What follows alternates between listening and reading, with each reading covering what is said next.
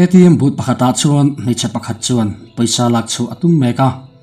anunga chuan nu pato lam le tlangwal in channel takte chuan lo ngakin man mo tur chuan an lo tur sek bok meichi en paisa ala fel che ti chuan anunga nu chuan alo po thlak sak ngal vat mai shriom ti takin meichi chuan kanu kha khachu kalo kol ve ang kapasalin min kalchana tangkhan paisa pakhat ma kanai ngai lova min lo thon ve po in kuta alu jelsi mamo te po kanai ve thina alo ti dek deka ain thlashun mel view lenghal nu chuan eng thil moi soi enge imamo chu kain chunga iom chung chuan heng paisa ta hi ka kota anom turani alo ti mak mai si tlangwalo ding vereng po chuan adik chi ipasal ron thon ma ni se kanu in ikuta akol ti lo che ani chuan engma seitur inei lo reng alo ti ve bok nu vek chuan ikuta omse engtin nge iman don po kan thra heinem nu ber kani angin kakol turani kain chunga in om chung chuan chu ishadon nia atile a anmo nu chuan kanu heng kapasalin paisa menon thon ta hi chu nakina kan in le lo sak ve na tur te ba ka sumdon na bul kan chan ve na tur te midang ti boi lova kammo te kalei ve na tur ta na ti ani alom alo ti ve a ma se nu ber chuan angai pai mo lo na sa Luciana heng paisa kol te hi ilo bai se ve amo mamo inai ani chuan na thokla paisa chu hlo chok ve mai ta che ka ina iom chung chuan ka thun hoi om tur ini ti riala paisa po hi ka kota om vek turani atile langwala chuan adik chi ti in anu tho sei chu apom pui na samai si nu vek chuan ka thun hoya i om theilo ani chuan in hi i chu san mai anga yang va hola erong va boro tile makin afapa in channel zarnen chuan khoya emo kaltur chuan anin zui ta daya Luciana ero riluna tak chuan amit tui chu afar zoi zoya Luciana chu anin chunga chuan no ang enkolpo ani meu lo an pi peilo apiang chu ti tirin chialo hlo nei silo ang chawa enkol ni mai na lang karkhat aliam le hnu chuan nidang ang bokin Luciana chu ina chuan alo boi le maya ataksa le mel en chuan achak lo riau ni chuan alang reng mai harsati mel tak chuan chuat chu alo not me kani chuti lai chuan nu ber chu insuk tur tam tok nen chuan lo chuakin athom no bal song chu arang taka satur chuan Luciana chu aron shila naktuka aro man vek angai kut ngein subokung che alo ti zui Luciana chuan kanu tuna chuan kati man ri lo engkim ka kota a om veka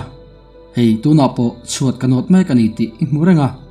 engtin nge avai chuan ka khoi vek sen bi kangle pangpar dora kalangai boksi khongain iloti ve theimai lovem ni ti in azot ve ta top mai nu ber chu asale ta phat mai khanglang cha chuan chuting te mi hanti he in chunga hian ekti turin nge ilo oma langnu angmaya khosa turin mo chielo anga min ngaim ni atita jek mai kanu po min ti to su ala ti zui Luciana chu ashil hai kher mai le ole ani le in haula in niel boy kadu love ti khan kalson mai ro kaman vele kalau sudon nia ti in apasalanu ne na chuan asoita a mase apasalanu chuan kathu izom du lo ani chuan englai po in i chuak thereng ti riang che chumi pi a i riat tur chu i chuak ani phot chuan ka fa pa hi voi khat ma i mule to ngai lawang ti ero i shadon nia atile ta kha enge mo athin rim ve em got na chan hi chuti line tlangwal om all nun nuam ve em ringota chuan a phone chu a khoi niap ne pa kanu hei ka ui na ron video call ania ti in amut na tang chuan arang tak chuan alo thawa anu chu aron panhnal chung chu vele anu chuan amo nu chu enen lovakal sun ro ka fa pa hi keima in ashanin ka bedon aron tilai mak mase Luciana chuan lo nialin kanu keipoin ka bevedu alom ka phone chi dai thu te shil ka du ve a alo ti ve a una pa chu lo tong vele in ente kamonu apoi ka ti khop mai i pasal hian ingai angmat chuan angain angai saklem lo chati te chu i hra thia mai lavem ni thlatin paisa ke ni chu mino thon thin ani hi nang le alo ti man mo pek Luciana ero chuan paisa kha kata tur ani kha min chu saka pakhat ma ka kuta nang ni khan min pe ve du lo ani kha chu chu hrengat se in chunga hian alom bi khau lawang alo ti veta anu ero chuan min chang zut zut lo khan ngoi makla chuata tlanoi thomhno te kha charla in chuturin kalnga ro aron tile mak Luciana chu athin rimin aril ru chu anakho mai tingai na dang ero a om silo ngoi ring chuan in suk tur chu alakhoma a chuat no na chu kalsanin in suk na pintan lam chu apan ta nak naka nu ber chuan Luciana chuat no na kalsan tak chu charwatin afapa video call chu anu fa chuan an changta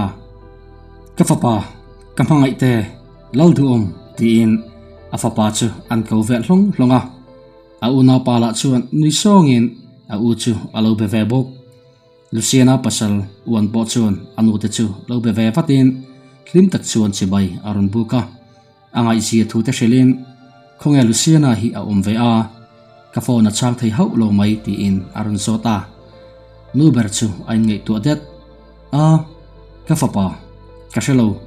a phone kha ati chiani in ka sia tuna tak phei chuan bazar akal daya ina a omlo ti in dot chu a soita zai mai a mela la chuan dot a soini ti hriat rul ani silo wan chuan o chuting chumu ani paisa thlatin kalo thon thin sia chuting ani te chuan enga tinge phone thar alo lei mai lo tuna ka paisa ron thona tang khan phone chu arang thayang barin lo lei se min lo be vat ro se lo shil ro o aron ti ta le anu la chuan ka shil ring thina lom ma se chane mangai nge a ui kom lu tuk zok alovin kala om thailom ati zela ma se kalo shil non le ange lo ti le in dot chu asoi le par para cheta wan chu hanui var varin kanu enge ian shim nangma kha ti in azot le chuta zet chuan dot cheilama PhD ni om hi alamoi anu chuan ka thalu tu ke ka fapa in le avel en kol hian ka boi ve thin lu tuka ka kong ta hi anave thin lu tuk ti mai chawania tuna po hian ka kong analu tuka ka ding hlei thei me ulo ti in an erkual deuh ngal ngala dot a se ni ti reng shalo tu afapa chuan a khongai le mai enga tinge Luciana le Andres te khan an pui ve ngai lo chem ni ti in aron zot let vat anu chuan a Andres chuan a thei ang chuan min pui ve china ma se inu pui hi chuan min pui ngai me ulo ani tel hian azia hi adang tul mai ka the thiam lo han ti in ma se apoi lovania enga ma ngai su ril ru ha te khan lo la su o engma har satna kanai lovania ati chunjama afapa mangai om taka langsi chuan dotin anu pui chu a hek zat tamai Andres chu loin rol vela in ente ka u tun thla chu puisa ron thon tur in ei rem chang lawani karing dewa nangma khan harsat na in ei zokem ni ti in alo zot ve thuaya wan chuan nei love harsat na engma ka nei love kha minute somliam ta mai khan Luciana account ta paisa chu karon thun che e tia alo chan chuan Andres le anu chu in anin annui kwal vel Andres le anu ril ru hi wan hian a hremi silo asumron thon ring chuan annu fa in nuam satakin an oma ama le anu pui chu sumhu nan bak andu lavani ti hria se chuan aril ru chu anave ngutang le chuta wan chuan anu hena chuan nu ente ka chaw ve to viau maya lo ho ve to maila ti te kalo ngai tu a aron ti ta anui var na a amela chuan ko harna te chaw na te chu amu thai ani ma se anu chuan alorem ti hau lo mai le nilove boya nilove sum kanamo sia kum khatal chu hantur le sham ro alo ti tatlat anu lo chandana chuan wan po chu ashil hai khop mai a khongai thak jok anaw Andres la chuan nie ka u ikho harami wan ero chuan ithil soi kha film ko ro Andres nupui ka nei to a kanupui kha ka mangai em bokasin ti in aron kam khat ngala anu ngai dan chu anilo kerasin lelam chu han hoi deuh makin alu chu athing nara wan chuan soichun zamin helai hmuna shom taka kom na chan hi engdang wang anilo Luciana tan le kanma huna tan ani tile in midangin an hule mulo chu athlek le te a chumin hu chuan anu le anaw te chu amang tha ta a anu pui chu angai thu le amangai zia lo sil tur chuan acha mol bok phone an handa chi chu anaw an res chuan anu hena chuan poisa chu aron thun to e ti in azong vel de tora ahlim ngangai anu po chu hanui hak khakin ringleng long chuan amonu chu a awa ilo siem ka fa pa chuan kan poisa tur chu i account a alo thun to ani chu man mo takin wala chok ro atia afa pa nen chuan tiro kan lei tur vel zia kang ti in nuidun kor chuan anin zui chok ne ta Luciana chuan apasal nu le naw khosak dan chu mak ati thinin angai dan chu anilo ve thin khop mai ma se engma asoilem lo ana tho tur chu thok mol ringin kot laya chuan ain sule ta chuti lai chuan mei che pakhat chuan aron pande de in Luciana bul alo thlin chuan thianu enga tinge vo in dolama ilo kalova kalo hak reng che asin ti in aron zota engma isoi bok silo kangai iti thalo lom ati zuya Luciana chu alung chedeu thut a thianu hena chuan engkim chu silmai tha in a reta a kalo kal man ngang lo ane in chung chet vele thomna suk tur atam lutuka katilavani chuan kapasalanu hian ina tanga chuatira min vo bok sia chok ta ila engtin nge uana bola min sei zui don ka hre lo chowang chuan kapasal uana lo ho ma chuan tor tlok angai ani in chunga engkim thok turin min bei saya ma se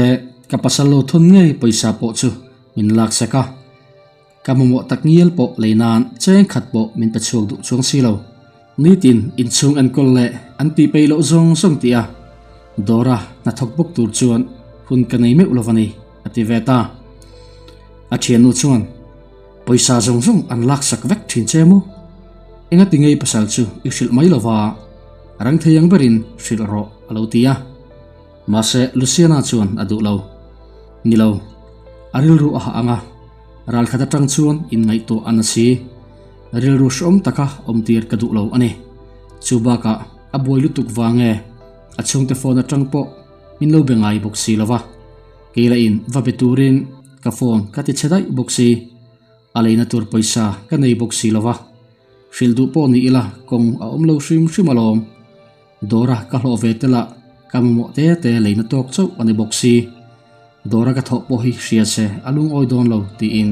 a thian nu chu achang le a thian nu chuan Luciana i pasal nu le i pasal naw hian mo emo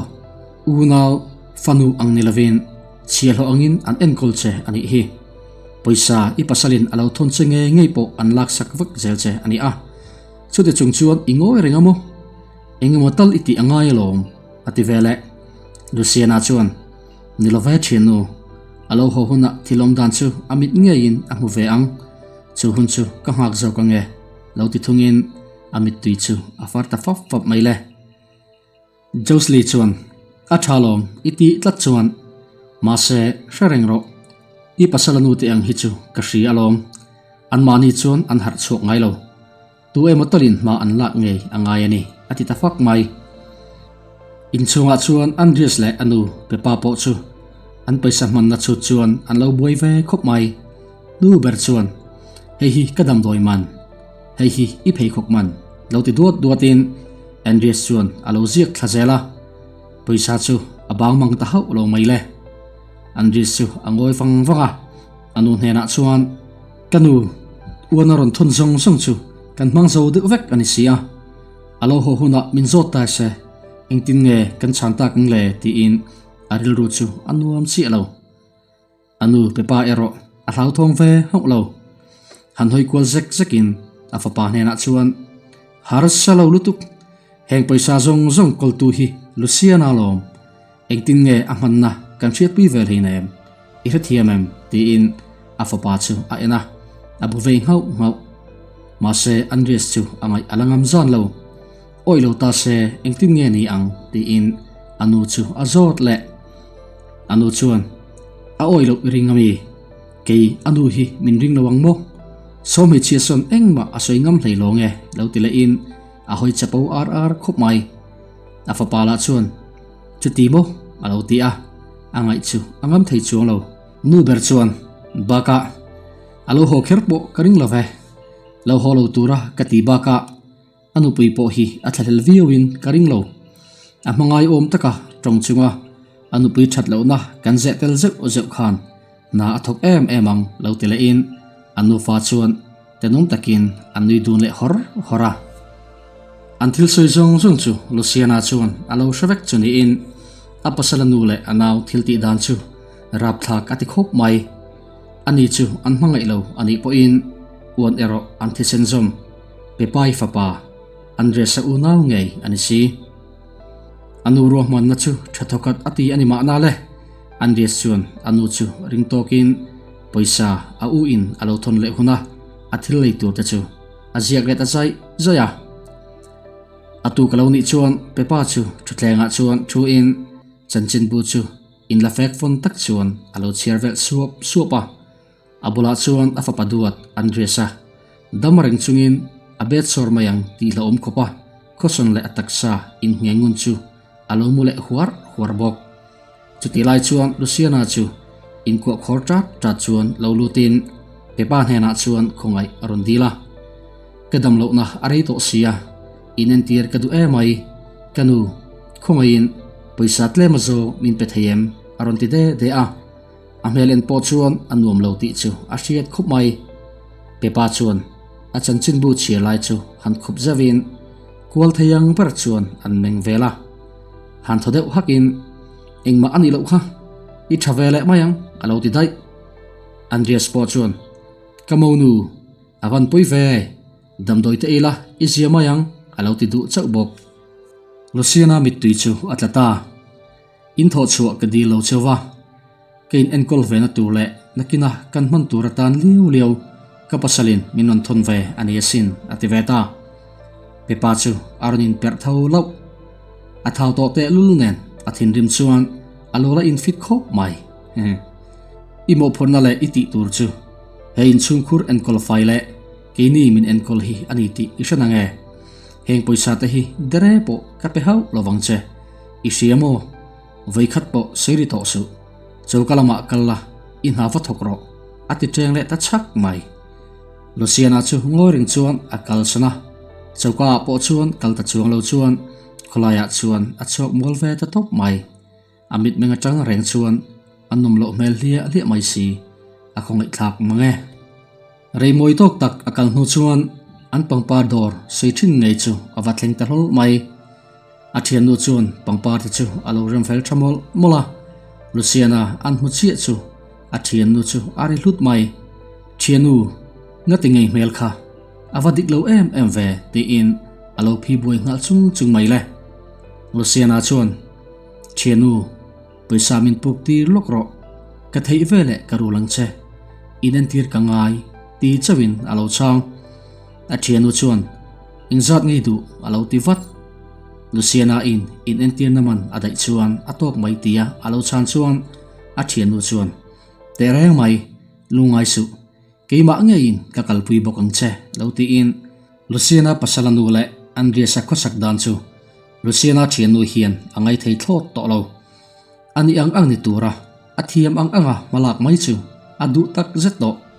ma se Luciana chuan adu tat lo ning chiale moilo taka won chuan ral khata tanga aron chen mai chu a hlau tata chu mai pialama riluna le shom taka won om tur chu adu lo tlatani alo ho chep to ang ti chu ain ha na ani top athianu chuan I felawang le ingoi renga wang hian ani nu fa so anin siam thadon lo ingoi theina te inun nem le zaidam na te hi rem changa mangin an du in an khosa a anti du da che ani hi ati po chuan Luciana chuan arandang om apasal chu eng ma hriatir ala du chuang lo chuting ani ta ka chuan athinu po chuan ngoi sanin eng po ni se min lo hak lokro damdo in lama chuan kakal puyang che ti in abek chu ala a damdo in lampan chuan an kalta atu khwa chu alovar le ta pepa tanu fa chu lim tak chuan in komen an lo ti mol mola chuti lai tak chuan Luciana chu atoli lo nu bep chung chuan in atang chuan alo chuk dema pepa in alo mu vele chuan cheile enge ka mu hi min vahan bara khai ching te lul em ato pa chuan du thlan na fin thlak tak chu isiam theita mo alo ti vara Andres la chuan avalo mom em kut bengin in lom te ang lo ti ve in an nu fa chuan kut te chu an han beng tun vela an ngai dan chuan an mo nu chu abei dong ta ni chuan an ngai ani dik tak mo Luciana chuan ka chuak tur hian ati lom cheu karing chi alo min tha thiam don nia alo ti chuan Andres chuan chuti mo han ti in an han nui vel phota ka una pa hian me chacha jok aphu rengani ti in alo chang thoi pepa la chuan adik chi me chacha jok an tho pui thei changkai pui thei tur hausa le sumnga han ti in nang ve zong atir te atangin chung ko ta na phori satli mai ini ati zuya Luciana chu lo tong vele in khati hun chung song khan indiriam na le musit na zong tur chung khan ka ngoi renga ka thain atin lo thlenga na tho tir kania ka ngoi reng na chan kha in em wan hi ka manga ya ril ru shom taka hun aman ka du lo ba ka a hlotlin ma a keima awanga alo ho hi ka du lawani ma se tuna chuan atok ta fia ve lo ti ve in atong le ma chuan pepa chuan engei ti chuan anga soipo ni la awoi chuangin iringamo lo ti in zatak chuan anui kwa le vel Andres po chu lo in rol vele in chung kwa thisena in zom na nei kan ni hi isalavem ne nang chu anu puisatli ave mai ini kha nang ne na in zom na ai chuan kan in zom na hi athuk zo dai alo ti vele abok Luciana chuan athulova poisa in man zo zai te chial ho ang chia min chei bol dan te po hi ala the chuak vek don alom ati le lai chuan pepa bok chuan eng ang pon soi samsari pasari mala a oi hle lo nge kati chu ati mek lai chuan an nung lama tang chuan engmo ko oi lo tur chu ti ri chu alo chuak ta thut mai le pepa le Andres te chu ram hoi an hutamai amo ti tur khop chuan an meng pong ta zor mai nei cheu chu in lo bom lao thong tak chuan nung lam chu an hoi ria wan ngai chu an ma ni ma chon zong chuan alo ding tau mai engkim ka shavek to aron ting hala Andres le pepa te chuan seitur an van kher mai anin endun charengot choti lai chuan anin sira tang chuan Luciana thiannu Josli chuan lo thlir ve rangin a thawon ma thai repro dim hleksu lo ti ve in ama to ka chuan tang in alo phun ve sapa wan chu anu le anaw lama chuan lokal hain ngun tak chuan an thleka mangai taka kanei kanu puyani sin khati taka rong khan engtin nge achunga in chet thei ti in azota ma se changam an omlo angil ang maya zaidom le nun nem hel chuan pipa le Andres ti chu an ngoi kar mai le wan chuan rang takin anu pui chu apan phei vat pepa chu hanik ti huai san shramin afa pa won ril ru ne tum tak chuan ka fa pa engthil zo zai nge kan paltlang hi ichalo zo kane inu pui hi mei chacha ani hleinem harsat na min siam chara lungrual takin min chen pui theilo bokani alo tia anu alo tongta ka chuan Andres po chu lo hoi center vele in adik chi theito pin kan enkol thasin idu chuan thenum khoveng te po hi zot vekro alo te veinguta a chet chiat pha lel wan chuan nie ka zot tolom kalo hona chan hi in em a thianu hian engkim minon thil wangani adik nge yem ti chianan thenum khoveng te po ka zot vekto alo dik nge ye engtin nge khating khan kanu pui hi in lo ti thei jok chuak turin indu ani tiro a thalom a chuakang ma se ama chau ni lovin a pasal kani angin kan pani in hi kan chu sananga nangni hian kaum ve ti hi theingil ngal bokang cheu ati ta fak mai boya tia lem chang ophoi no fan right maya anu ko nari chuan huan thinrim na le rilun at na chu an hnem zo to lo naktu ka dan shami ka mu anga bank ka paisa karon deposit le transfer na song song kalada thathi ka mu tiranga cheng khat po bang lavin min du let vekang cheu in tilavani chuan thu boi ka thelut bukang ati ta phiar mai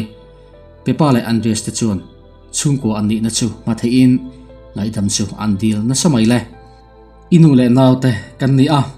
chu tiang chuan kan chunga iti thei don em ni ti in khoi thla thei ang ber chuan an omta ma se uana ngai dan chu apel to tlat ke ma le kanu pui po hi in chung ko zinga mi kan ni lo em ni ha takin ka thok ti sha chungin nuam sa thei ang berin ka sum da thattur in lo mangru a kanu pui la are thei ang berin in lo khosak tir bok ka chunga chu tiang thil chu in ti thei ani chuan engwangin nge ka thei lo bi kang atile tamhi mai atoke ti in anu pui chu akaya anin chu an chu santa anu chuan in chirin ko kir te ma se atlai to lu tu tlat atop ta ti donila ala top lo deu ko thera chuan uan te nu pa chu trolley nuk chuan anin zui det deta apasal bula aom ta ka wang chuan Luciana po chu atla amung ve to view ti chu a hriat mai kong si rem de ulaya chuan handing dunin wan chuan anupui ko da chuan a chel saka ngaidam adil ta khale chen shom takin ilo oma engma ka shelawa apoi kiti tak zetani ingatinge engma min shillo ithianu in min lo phone lo sela chuan engma shelawin kalo omanga itur tlok mai don ti na asin atia Luciana chu hanui varvarin ramdanga dan I oma mathlir te po kan nei ve ani kha kan mathlir a hlotlin theinan ha takin na itoka harsat na po tam tak ipaltlangang ti hi karing ani keima awanga I mathlir iti hlotling theilo tur kha kadu lavalom itorna laka chuan ka torna te kha engma ani hleinem ma se tuna chuan kan ru manna te kati kholo ta vekani ti in amit tu chu afar ta zoi mai wan chu han ki ai sakin ente kadu tak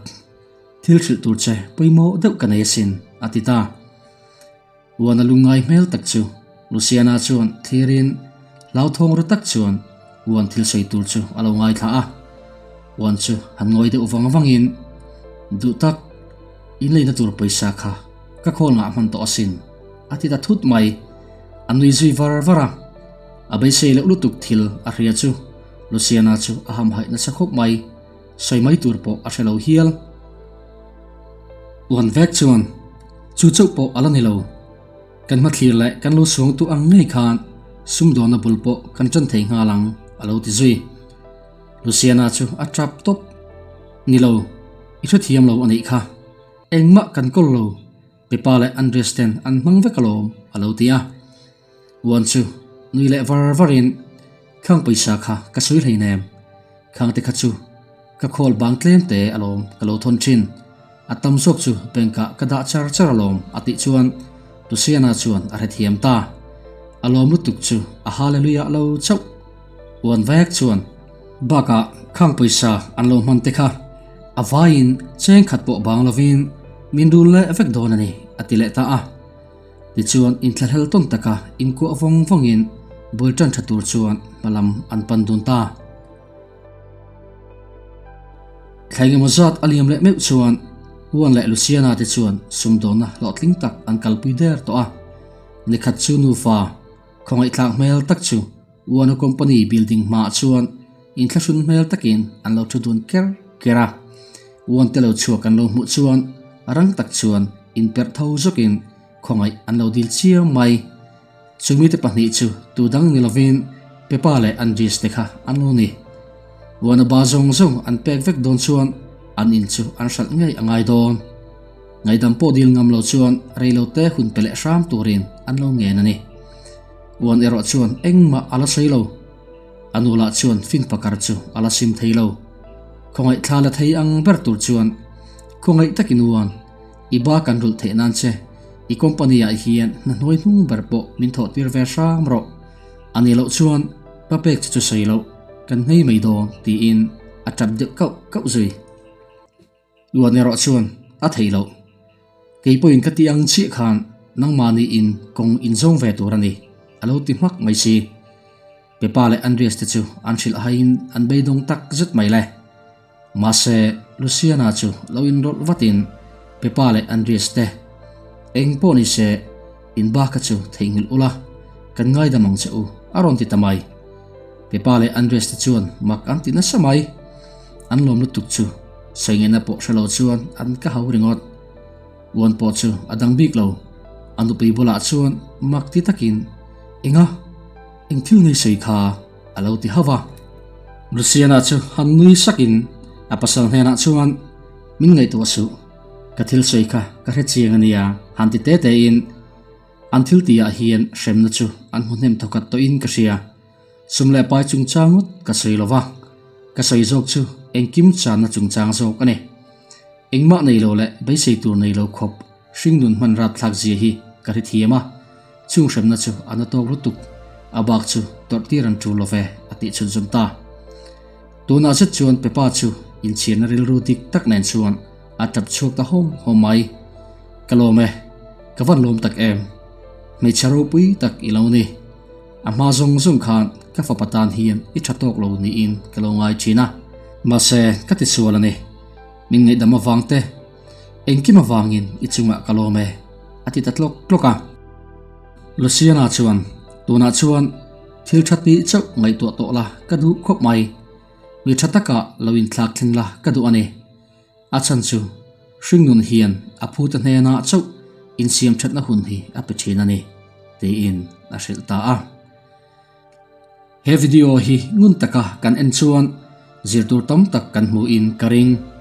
ma se video a seilu tuk lo nan ke chuan ka soi zui chiam lawang thlir tu ten lok puina pakhat tal in lo chan theu kadu sak tak zat cheu ani khati sum kha tun chuma kan ti chu le thei chu ni se in zawain zan in hun man nuam le vek ule chumi main min lo la subscribe lo ani chuan khongain min lo subscribe ve ram la o silver play button kadung ve chap to ania ka hak lel khop mai in zawain pathianin mal som vek cheu ro se